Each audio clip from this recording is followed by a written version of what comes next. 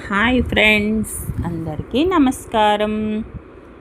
ఈరోజు మనం తెలుసుకోబోయే కథ ఏమిటి అంటే స్వార్థం నిస్వార్థం. స్వార్థం నిస్వార్థం దీని గురించి తెలుసుకుందాం. ఒక ఊరిలో ఇద్దరు రైతులు ప్రక్క ఇళ్ళల్లో ఉంటూ తమకున్న 2 ఎకరాల పొలంలో పంటలు పండించుకొని కుటుంబాలతో హాయిగా స్నేహపూర్వకంగా జీవితాన్ని గడపసాగారు. వారికై అంతఃకాలం సమీపించి ఇద్దరూ శరీరాన్ని వదిలిపెట్టారు. పైలోకాలకు చేరుకున్న వారిని విడివిడిగా యమధర్మరాజు పిలిచి మాట్లాడతాడు. మొదటి రైతును, నీ జీవితం కిందటి జన్మలో ఎలా ఉంది అని అడిగితే అందుకతను, ఏం చెప్పమంటారు ప్రభు, నాకు నా జీవితం ఏమాత్రం తృప్తి లేదు. అన్నింటికీ కొరతగానే ఉండేది. ముందు వెనక చూచుకుంటూ తడుముకుంటూ బ్రతుకు వెళ్ళదీయవలసిన పరిస్థితి అంటూ తన జీవితం తనకు నచ్చలేదని ఏకరువు పెడతాడు. మరి తర్వాత జన్మలో ఏం కావాలో చెప్పమంటే, ప్రభు, నాకు అందరూ డబ్బులు ఇవ్వాలి, ఆ డబ్బంతా నా దగ్గరే ఉండాలి, తిరిగి ఎవ్వరూ నన్ను డబ్బు అడగకూడదు అంటే తదాస్తు అంటాడు యమధర్మరాజు.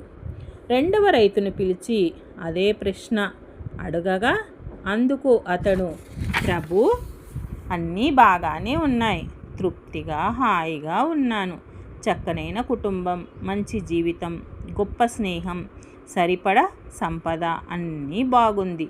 ఒక్కటే కొరత, నా సంపాదన నా వరకే సరిపోతుంది, ప్రక్కవారికి అతిథులకి పెట్టడానికి ఏమీ మిగిలేది కాదు. నా ఇంటికి వచ్చిన వారిని అభోజనంగా పంపించాను. ఇంకో జన్మ అంటూ ఉంటే అతిథులు అభాగ్యులకు బాగా చూసుకునేటట్లు నా జీవితం ఉండాలని కోరుకుంటున్నాను అని అంటాడు. తదాస్తు అని అంటాడు యమధర్మరాజు. ఇరువురు మరుజన్మ తీసుకున్నారు. మొదటివాడు బిచ్చగాడిగా జన్మిస్తాడు. మరి అతను కోరుకున్నదేమిటి అంటే, అందరూ నాకు డబ్బులు ఇవ్వాలి. అవును, బిచ్చగాడికి అందరూ డబ్బులు ఇస్తారు, నన్ను ఎవ్వరూ తిరిగి డబ్బులు అడగకూడదు, అంతే కదా. బిచ్చగాడి దగ్గర ఎవ్వరూ డబ్బులు తిరిగి తీసుకోరు, నా డబ్బులు నాకే ఉండాలి అన్నాడు. అతని డబ్బులు అతని దగ్గరే జాగ్రత్తగా ఉంటాయి, అంతేగా. చివరకు దొంగ కూడా బిచ్చగాడి దగ్గర దొంగలించడు. స్వార్థంతో అంతా తనకే కావాలని, తన దగ్గరే అంతా ఉండాలని అతి తెలివికి పోయి ఇటువంటి కోరిక కోరినందుకు అతనికి తగిన శాస్తి జరిగింది. ఇక రెండవ వాడు, అతను గొప్ప ధనవంతుడుగా పుట్టి అతిథి అభాగ్యులను సేవిస్తూ వచ్చిన వారందరికీ భోజన సత్కారాలు చేస్తూ తన జీవితాన్ని ధన్యం చేసుకుంటాడు.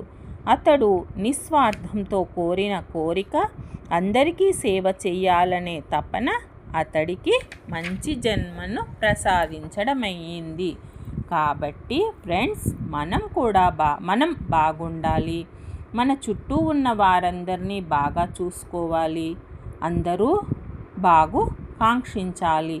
నేను, నాది, నాకు అనే స్వార్థాన్ని వదిలిపెట్టి అందరి క్షేమాన్ని కాంక్షించినప్పుడు మన క్షేమం ఆటోమేటిక్గా బాగుంటుంది. అందుకే అన్నారు కదా పెద్దలు, లోకా సమస్త సుఖినో భవంతు అని ప్రార్థించమని. అందరి క్షేమంలో మన క్షేమం ఉంటుంది. మళ్ళీ మన క్షేమం కోసం ప్రత్యేకంగా కోరుకోవలసిన పని లేదు. Okay friends, thank you.